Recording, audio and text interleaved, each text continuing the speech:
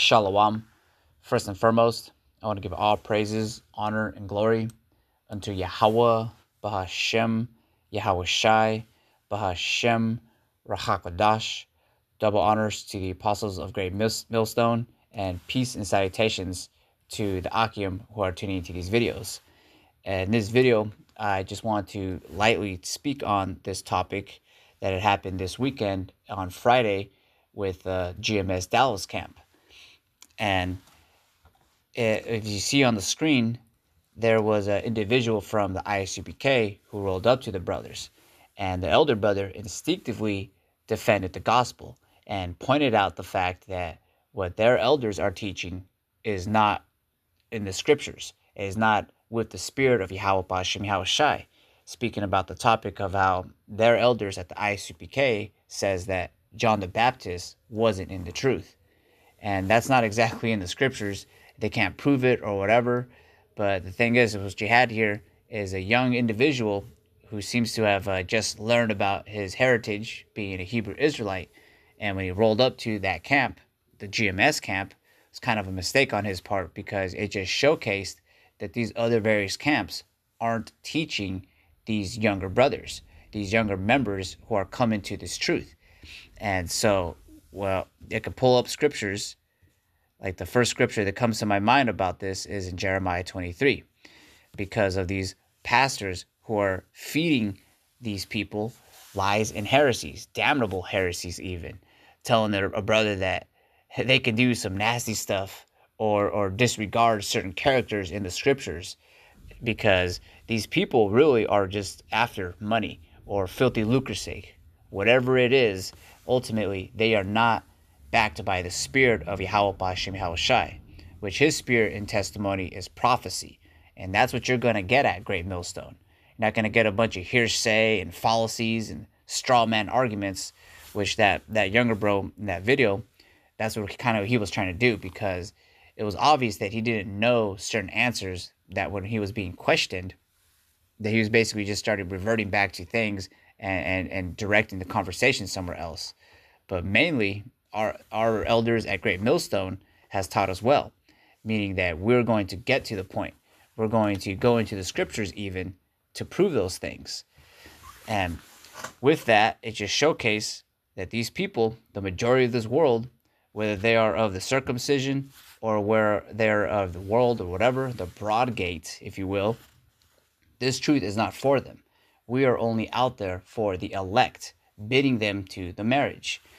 And so, first precept I wanted to read, so I'll make this kind of quick. This is in Jeremiah 23, verse 1. It says, "Woe be unto the pastors that destroy and scatter the sheep of my pasture, saith the Lord." And so that's woe unto these people. From the elders of IUIC, ISUPK, Wi-Fi, Watchmen of Israel. I'm just trying to think of other ones, because as you know, there's a lot of these Israelite groups out there right now. And that's why you should be more worried about, like, if you're a person coming up to this thing in this ministry, you should be more concerned about sticking to at least one group. Because here at Great Millstone, we advise not to be watching all these random groups, because that is where you get confusion. Not all these groups preach the same doctrine. Because here at Great Millstone, we're about prophecy. We're going to tell you about the MOTB. We're going to warn you about Jacob's trouble and to mark the perfect man, and mark those who cause division amongst the ministry, who are unruly and mouths must be shut, because that's what these other false prophets are doing, just feeding damnable heresies, mainly to get a bag. They're just trying to look good, presentable, and then teach you a few things here and there, but really, they're not teaching you the main thing, the emphasis on the wedding. So I'm going to read from Jeremiah 23 and 1 again. "Woe be unto the pastors that destroy and scatter the sheep of my pasture, saith the Lord. Therefore thus saith the Lord, Yahweh Ba'ashem Yahweh Shai power of Israel, against the pastors that feed my people. Ye have scattered my flock and driven them away, and have not visited them. Behold, I will visit upon you the evil of your doings, saith the Lord, Yahweh Ba'ashem Yahweh Shai." And that's something in the scriptures, that when we're being taught these things from our elders of Great Millstone, and going all the way down to the the captains and the priests that we have in this ministry, brothers that are just have been in this for some years, have some experience, have some rank, if you will. We know the scriptures to the point where we know that if a person comes up to us and they're sincere, we're going to teach them. That is what a pastor is meant to do. That is what Yahushua emphasized to Peter, to feed his sheep. He emphasized that 3 times, because that is the main commandment, that what we're doing right now is to be sent out as watchmen and warning the people. And if you're not warning these people about what is to come during Jacob's trouble, then you're a false prophet, a pastor who's scattering the sheep, just not caring what the sheep are getting into. They're just out there, getting lost or eating things they're not supposed to. That is a bad pastor. And a lot of these people are basically putting a stumbling block amongst our people, the so-called Blacks, Latinos, Native Americans, who are the real Hebrew Israelites. And then they just go up to these camps, watching a few videos here and there of various camps, not just one group, because we've encountered a few of those people. I'm not just making this up. This is actually a thing that people do, is watch GOCC and ISUPK, but then either knowing or unknowing that those 2 camps have 2 completely different doctrines. And we advise against that, because that's not what you're going to learn at Great Millstone. When you come to Great Millstone, you're going to have to learn how to read, study, write down notes. You best come to camp with a notebook and pen and some Sharpies so that you are ready to receive this wisdom, knowledge, and understanding. We in Great Millstone are apt to teach, because that's something that the scriptures emphasizes on. All right, so I'm going to read some other precepts here. And so this right here is in Matthew 25 and in verse 1. And this is a parable of this predicament, the situation that we're seeing here. So in verse 1 it says, "Then shall the kingdom of heaven be likened unto 10 virgins, which took their lamps and went forth to meet the bridegroom. And 5 of them were wise, and 5 of them were foolish." So there's 10 virgins, and they're getting ready to get married. And 5 of them were pretty wise, the other aren't. They were lazy, doing whatever. They're not regarding the time frame that they had to be involved in when it comes to the bridegroom.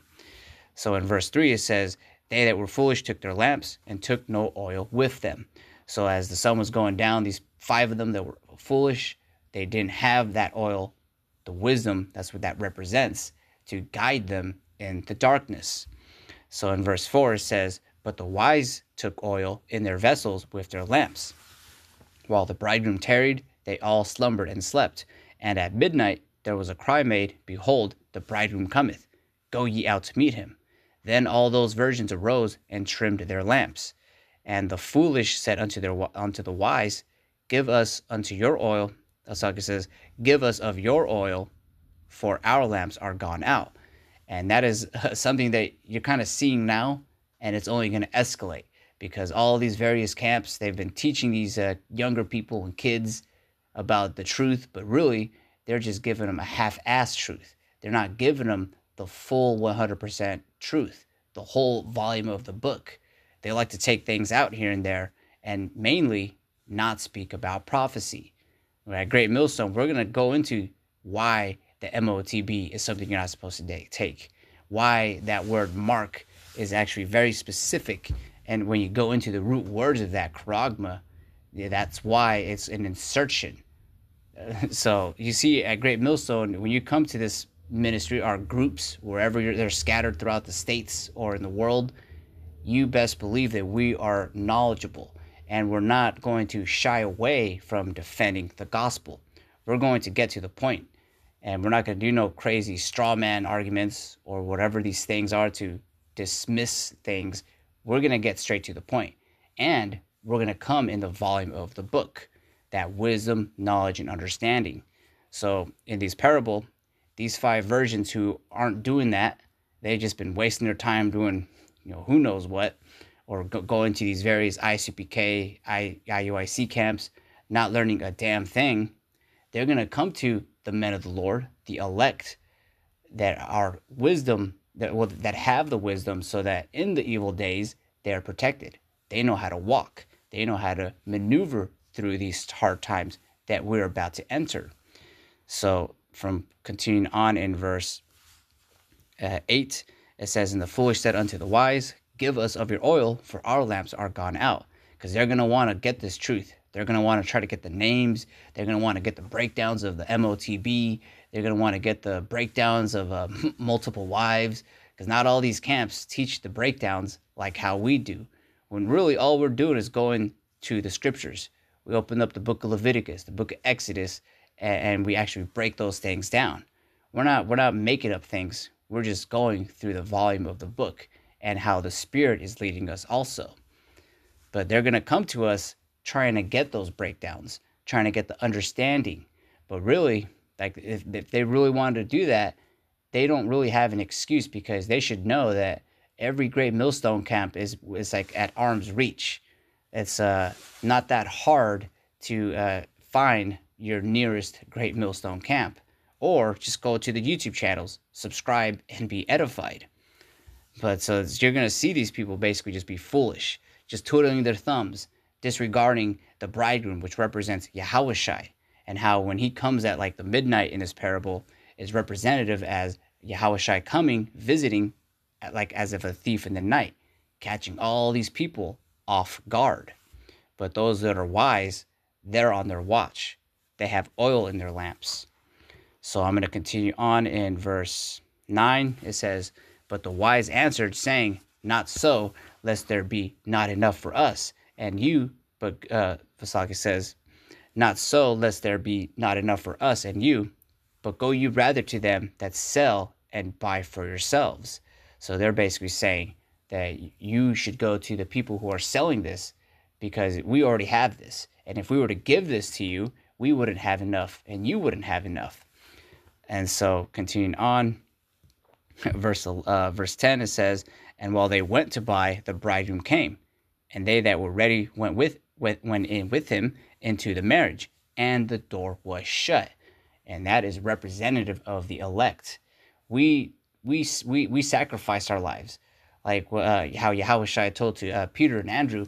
They gave up their jobs, but they're going to receive a whole lot more, a whole lot greater, if they put down their fishing nets and all that stuff, so they could serve Yahushua. They became fishers of men, and they know the prize. They know the sacrifice that takes. But all these people, they don't want to do that sacrifice. They'd rather save their money so that they do whatever instead of buying the oil, which is necessary to be a part of that wedding. Yeah, so I'm going to read this also in Matthew 22. And let me see. It's kind of another parable. But I'll just get to the point, because you're going to see a lot of these people. I'll actually read Amos 8 first, and then Matthew 22, because you can see a lot of people like just going crazy, scrambling for answers when the evil days come. And Jacob's trouble is going to happen to those who are not in the know. To those who are in the know, we're going to buffer through it and endure, because we have our lamps with oil, representing that wisdom, so that we're able to maneuver through the darkness, because we are aware of the sensitivity, the time sensitivity, Sakya, of this truth. We're not out there forever. We're going to be out there until we are commanded to withdraw from the highways and hedges, because we're not like the Jacob's trouble situations and the scenarios. It's not going to be like how it is right now, where we're just able to do camp on the weekends, do videos throughout the week, and study to show ourselves approved on our own spare time. And that all that requires sacrifice. And so in that time, Jacob's trouble, this prophecy is going to come to pass. This is in Amos 8 and 11. Behold, the days come, saith the Lord, Yahweh B'Shem Yahushai power, that I will send a famine in the land, not a famine of bread, nor a thirst for water, but of hearing the words of the Lord, Yahweh B'Shem Yahushai. And don't get it twisted, all those other famines of bread and water and jobs and all that stuff is going to take place. But the main prophetic message that is spoken here in Amos 8 is there's going to come a time where we're not going to be out there on the highways and hedges teaching the people freely. Even a person will ask the easiest question and we'll break it down to them Barney style so that they get that understanding, whether they hear or whether they forbear, of course, because we're only out there for the hopeful elect, those who are sincere and brought notebooks and pens to camp, not to people who basically just thinking this is a fad. So we are aware of the time sensitivity about this truth, that we're getting our lamps ready because we know that when the time comes, we need to be ready for the bridegroom. So that when Yahushua returns, we're not asleep. We're on our watch. We're aware of these things that are taking place. Also, we're doing what we're commanded to do, which is to preach and prophesy, edify, and also prepare ourselves for that evil day. So, as this prophecy here in Amos 8 and 11 speaking about a famine of the word, meaning it ain't going to be easy for these people to just go out there or even go on YouTube videos. You best believe there's going to be an internet shutdown or something to happen where internet's not going to be easily accessible like how it is now. So it's just, you can see how this is representative of the 5 wise virgins who took their time doing the right thing as opposed to the others. And so I'm going to continue this in verse 12. It says, "And they shall wander from sea to sea, and from the north even to the east. They shall run to and fro to seek the word of the Lord, Yahweh Bashem Yahushai, and shall not find it." And so that's what's going to be a pitiful case for the 2/3, because they basically spent their time living in the world when they should have been sacrificing their time and putting their treasures in heaven where rust or moth does not corrupt. Just studying or going to camp or helping, holding up the signs, helping the brothers with the cameras, doing your tithes, giving money to an alms to the brothers, charity work. Those are all beautiful things that we all practice and do, but it's something that these 2/3, they haven't even learned those things, the basics of the scriptures. But then you can see that their pastors, they're not according to Yahweh Bashem Yahushai's knowledge, like how we were given pastors according to his knowledge from the elders of Great Millstone, the apostles, and the elders on down. All we're doing is a free job, mind you, to teach and edify the scriptures to the best of our ability. And we're not trying to feed the flock damnable heresies, false things, like John the Baptist was not in the truth, among other things. Like that's just the one thing that the elder brother Yeshua brought up to that ISUBK member on Friday. So I'm going to finish off in this last precept. This is in Matthew chapter 22. And just to get to the point, because this is a parable, again, speaking about the wedding and how all these people were invited to the wedding. And so I'm going to go into, I'll start at verse 10. It says, "So those servants went out into the highways and gathered together all as many as they found, both bad and good, and the wedding was furnished with guests." And so we're sent out to the nation of Israel, so-called Black Latinos, Native Americans, and we're bidding them to the marriage. We're telling them the gospel, the good news, the information that what we are speaking about in the volume of the book, inviting them to the wedding, whether they hear or forbear. If they don't want to come to this wedding, well, then they're not going to get invited. And also, this wedding is a RSVP invitation only. If you haven't put the time in or sacrificed your life for Yahushai so that you live through him, you are going to be ousted. We're going to know for a fact that you don't have that RSVP wedding because we're going to be wearing a specific uniform, a code, if you will. So continuing on in verse 11, it says, "And when the king came to see the guests, he saw there a man which had not on a wedding garment. And he said unto him, Friend, how camest thou in hither, not having a wedding garment? And he was speechless.